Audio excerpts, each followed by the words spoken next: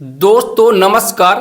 हम सबको पता है कि 2 अक्टूबर को महात्मा गांधी जयंती, लाल बहादुर शास्त्री और विजयदशमी के साथ दो ऐसी बड़ी ऐतिहासिक घटना हुई जिनमें 1925 में राष्ट्रीय स्वयंसेवक संघ की स्थापना और दूसरा है डॉक्टर अंबेडकर का 1956 का धर्म परिवर्तन नागपुर के अंदर।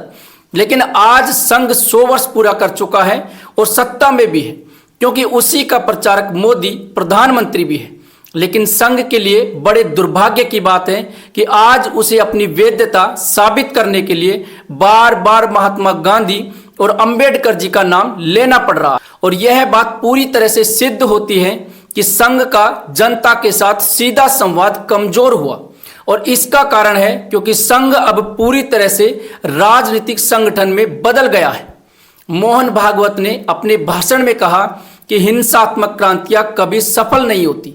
साथ ही उन्होंने पड़ोसी देश की अस्थिरता पर चिंता जताई और कहा कि बदलाव लोकतांत्रिक होना चाहिए, लेकिन दूसरी तरफ चीन का नाम तक नहीं लिया, जबकि भारत के लिए वही सबसे बड़ा खतरा है।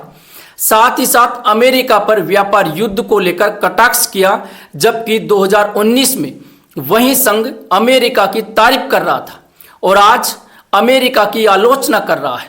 स्वदेशी और आत्मनिर्भरता का नारा देने वाला संघ आज चीन पर चुप्पी साधे हुए है। और यही नहीं, किसान, मजदूर, बेरोजगार, आदिवासी और दलित जैसे मुद्दों पर भी संघ चुप रहा। क्यों? क्योंकि संघ नहीं चाहता मोदी सरकार को किसी भी तरह का दबाव झेलना पड़े। दोस्तों, अंबेडकर ने कहा था, सत्ता में भागीदारी के बिना समाज का उद्धार संभव नहीं है। और आज विपक्ष भी, विशेषकर राहुल गांधी भी यही बात उठा रहा है।